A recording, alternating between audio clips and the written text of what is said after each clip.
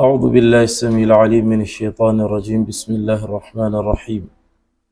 إن الحمد لله نحمده ونستعينه ونستغفره ونعوذ بالله من شرور أنفسنا ومن سيئات أعمالنا. من يهده الله فلا مضل له ومن يضلل فلا هادي له، وأشهد أن لا إله إلا الله وحده لا شريك له، وأشهد أن محمدا عبده ورسوله. يا أيها الذين آمنوا اتقوا الله حق تقاته ولا تموتن إلا وأنتم مسلمون. يا أيها الناس اتقوا ربكم الذي خلقكم من نفس واحدة وخلق منها زوجها وبث منهما رجالا كثيرا ونساء، واتقوا الله الذي تساءلون به والأرحام إن الله كان عليكم رقيبا. يا أيها الذين آمنوا اتقوا الله وقولوا قولا سديدا يصلح لكم أعمالكم ويغفر لكم ذنوبكم، ومن يطع الله ورسوله فقد فاز فوزا عظيما. ما بعد، السلام عليكم ورحمة الله وبركاته. إن شاء الله تعالى wannan shine rana na farko kuma zama na farko a wannan program da zamu gabatar a waɗannan kwanaki guda biyar insha Allah ta'ala, wato workshop da aka shirya domin imu ustazai mu taimaki kanmu da kanmu da ikon Allah. Yawanci mun saba halartar daurori, ana karanta littattafai, ana karanta hadisai da ayoyi wanda su ne mafi darajar ilimi. To amma lura da cewa a yanzu yawancinmu ustazai muna ƙoƙari mu gyara tarbiyyarmu da kuma tarbiyyar duk waɗanda suke sauraron mu. To amma akwai abubuwa da yawa da yanzu suke wa tarbiyya barazana. Daga ciki akwai ƙarancin abin hannu. Wani lokaci rashin kuɗi yana daga cikin abubuwan da suke wa tarbiyyar al'umma barazana. Sukan jawo laifuffuka, sukan jawo shaye-shaye, sukan jawo gurɓacewar tarbiyya. To sai ya zamana a daidai lokacin da ake ƙoƙarin gina tarbiyyar al'umma yana da muhimmanci kuma a karantar da su yadda za su yi sana'o'i wanda za su tsaya da kafarsu. Al-Imam Tabarani Allah ya masa rahama ya rawaito hadisi cikin littafin sa Al-Mu'jam al-Kabir. Annabi sallallahu alaihi wa alihi wasallama yana zaune sai wani mutum ya zo wucewa. Sai sahabbai suka ganshi mutum ne kakkarfa tsayayye sosai. Sai suka ce, ka ya Rasulullah, ina ma da wannan karfinsa law kana hadha fi sabilillah. Ina ma da wannan ƙarfinsa ya saka shi ne ya karkatar da shi zuwa ga tafarkin Allah. Sai Annabi sallallahu alaihi wasallam ya ce musu, in kana kharaja yas'a ala auladihi sigharan fa huwa fi sabilillah. In wannan mutumin ya fito ne yana fafutuka don sama wa ƴaƴansa ƙananu abinda za su rayu da shi, yace to shi ma jihadi fi sabilillah yake. Yace wa in kana kharaja yas'a ala abawaini shaykhaini kabiraini fa huwa fi sabilillah. In ya fito ne yana fafutuka don sama wa iyayensa da suka manyanta abinda za su rayu da shi, yace shi ma fi sabilillah. Yace wa in kana kharaja yas'a ala nafsihi yu'iffuha fa huwa fi sabilillah. Haka in ya fito dan ya nemi abinda zai tsare mutuncinsa da shi ne, Annabi sallallahu alaihi wasallam ce shi ma fi sabilillah ne. Don haka gwagwarmayar neman kuɗi ita ma gwagwarmaya ce fi sabilillah. In ka fita kana neman halal to kana gwagwarmaya ne fi sabilillahi, in ji manzon Allah sallallahu alaihi wa alihi wasallam. Sa'annan abu na gaba barazanar da muke fuskanta hatta a harkoki da ake yi, musamman mu malaman islamiyya. Ustazu tsaya da kafanka, wato ka aje islamiyya ka tafi Abuja ka je ka nemi kuɗi. To kaga wannan barazana ne kwarai da gaske. A yanzu waɗanda suka fi kowa wato daga cikin waɗanda suka fi kowa ƙoƙari wajen bawa al'umma tarbiyya akwai malaman islamiyya. Su ne yaro yana tasowa da su yake fara cin karo, su ne matakin farko na laying foundation na tarbiyyarsa. Idan duk kuka ce su watse su je su tafi Abuja, kowa ya tafi Abuja ya je ya nemi kuɗi, to waye zai tsaya ya karantar? To babu, to al'ummar za ta samu matsala. To wannan sai yasa dole mu ustazan mu creating wani community, wani ecosystem da zai zama na malaman islamiyya suna karantarwa islamiyya su kuma suna neman kuɗin su suna samu ba tare da sun samu matsala ba. waɗannan da wasu dalilai da za su zo daga baya cikin darussa insha Allah ta'ala su suka saka ƙirƙiri wannan tsari na wannan workshop. Asali da za mu yi ta ne kawai haka, to amma daga baya sai muka ainihin wato nemi suna na program ɗin, muka sa mata da logo da komai, ina ga za ku gani a jiki, Bright Future Mentorship Program, wanda a ƙarƙashinta ne yanzu wannan za a yi wannan workshop ɗin. Bayan an kammala wannan workshop, kamar yadda kuka sani ustazai ne mu, malaman islamiyya ne dukanmu, da haka malamin islamiyya ba a tsammani yana da kuɗi. So wannan program ɗin ba wai wasu bane suka ɗauki nauyi, ko gwamnati ko su 'yan kasuwa ko wani ɗan siyasa, babu. Imu ne mai ɗan biyar, mai goma, mai 1000, 2000 muka harhaɗa muka tashi wannan program. Don haka duk abin da zai sa mu kashe kuɗi datse shi muke, in dai ba dole ba ne. Da haka yasa admission letter muka ce ba ma za mu yi printing ba, we cutting cost.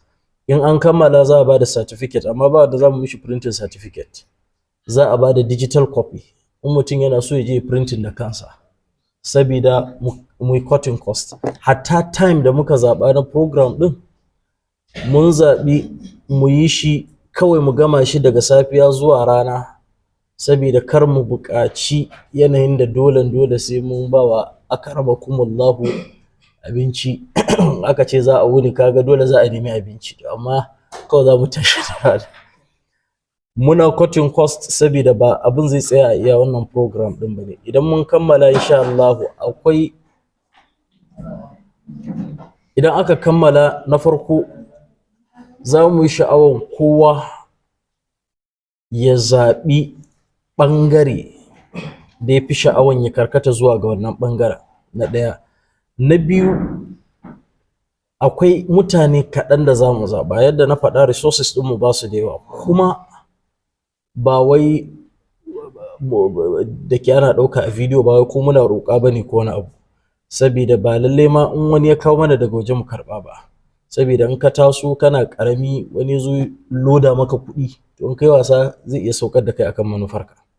So ɗan abin da muke da shi muke so mu yi rationing, mu tsakuri kaɗan daga cikin waɗanda suka halatta, mu sa su akan tsari na mentorship program, wadda za su ɗora, wato ainihin su zaɓi fanni guda ɗaya da za a dinga mentoring ɗinsu, ana koya musu ɗan abin da suke buƙata na data, ko abin da suke buƙata na wani abu mai kama da wannan, ana ba su har su miƙe su ma su tsaya. Mun fahimci wannan ko? Ya zama su ma suna samun kuɗi. To in aka zo wannan gaban, akwai bayanin da ba zan yi shi a gaban kyamara ba, insha Allah za a yi shi daga baya. So wannan shine za a zaɓi wasu daga ciki, amma in akwai wani wanda yake ga shi zai sponsorin kansa ya shiga mentorship program ɗin, bayan mun ɗauki waɗanda iya za mu iya ba su abin da suke buƙata, shi yana ga yana da kuɗin, mentorship ɗin kawai yake buƙata, zai iya gabatar da kansa insha Allah ta'ala, sai a duba a ga, tunda dama abin da yasa za mu ɗebi kaɗan, resources ɗinmu ba su da yawa, 'yan kaɗan ne, so za mu yi amfani kawai da abin da muke da shi ne. An fahimci wannan ko? So ɓangarori ne guda 6 a wannan program ɗin. Ɓangare na farko wanda da shi za a fara shine ɓangaren e-commerce, wanda insha Allah wanda zai gabatar shine Malam Adam Muhammad Alburgawi kenan, Malam Abu Dhar, insha Allah ta'ala shi zai gabatar. Kuma yadda muka sani harka ce da yake ciki, yana yin ta yanzu haka, program ɗin nan yake jira, yace shi ne abin da ya zaunar da shi a garin, ba haka ba da zai koma Lagos ya je ci gaba da harkokinsa. So shi zai ɗauki wannan ɓangaren, kuma insha Allah in aka kammala, waɗanda suke da sha'awa wannan ɓangaren shi ma za mu sa masa wasu a ƙarƙashinsa, ta yadda ko da aiki za ka ɗauka, Malam Abu Dhar za ka ɗan ɗebi wasu. Mun yi wannan maganar da kai a gefe, amma ina yi a gabansu saboda su taya ni takura maka da ɗan sa maka ɗaci. Insha Allah za a ɗiba a ciki. Ɓangare na biyu shine ɓangaren kasuwancin noma da harkan kaji, kiwon kaji, wanda shi kuma wanda zai gabatar, ɗazu dai na gan shi amma yanzu ban gan shi ba. Wani bujumin malami ne ta can, supervisor kenan. Ya yi diploma a harkan, ya yi digiri a harkan, kuma yana harkan a aikace. Kaga mutumin na kaɗan tashi mana ma kabbara.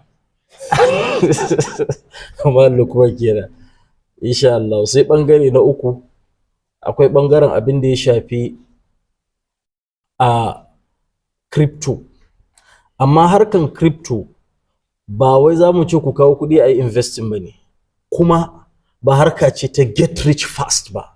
A'a, kar mutum ya yi tsammanin crypto za a ce to ka zuba 10,000 jibi a baka 25,000. Ba ma wannan harkar da wannan. A'a, za a koya maka hanyoyi da ake iya bi a iya samun kuɗi a harkar crypto, kuma ba wai mining ba kawai. So insha Allah ta'ala wanda zai ɗauki wannan ɓangaren shine Malam Abu Qatada. Yana ta ina ne? Malam Abdul Malik kenan Al-Hassan, Malam Abu Qatada. Sa'an nan akwai ɓangare na hudu wanda shi ma za a ɗauki wani ɓangare na crypto da kuma ɓangaren stock market. Wani ɗan ɓangare na crypto da stock market wanda zai ɗauki wannan shine kan ɗaki gaba ɗaya Malam Ibrahim Umar Gokauru. Insha Allah ta'ala shi da kansa zai zo ya ba mu lacca a wannan ɓangare. Sai akwai ɓangare na biyar abin da ya shafi tech business, yadda ake samar da kamfani startups, abin da insha Allah ta'ala yake mai da mutane da yawa yanzu billionaires a duniya. Yanzu ka kalli irin su OP a bankunan Najeriya yanzu tafi First Bank, tafi First Bank kuɗi, OP tafi GT kuɗi, OP tafi UBA kuɗi, duk tafi su kuɗi. To startups kenan. To mu ma ya za a yi mu samar da Dangote da Dantata da sauran abubuwa insha Allah ta'ala. Na san Ibro yana son zama CEO. Yana son kuɗi. To wannan ɓangaren insha Allah ta'ala shi ma za a yi shi in Allah ya so yadda. Sai kuma abu na ƙarshe wanda shi zai zama intellectual anchor na program ɗin, saboda shi za mu karanta littafi ne, saboda karanta littafi yana da matuƙar muhimmanci daga farko har ƙarshe. Kuma littafin da muka zaɓa za mu karanta shi ne littafin skills rather than just degrees na malam insha Allah ta'ala, wadda za a dinga karanta shi kaɗan kaɗan. Insha Allah shi ma aka shiga littafin za a ga dalilin da yasa muke sha'awan a karanta littafin in Allah ya so yadda. Da wannan Allah yadda zan kauce sai in ba Malam Abu Dharr wuri ya zo ya fara gabatarwa, sai in ce subhanakallahumma wa bihamdika ashhadu an la ilaha illa anta astaghfiruka wa atubu ilaik. Assalamu alaikum wa rahmatullah.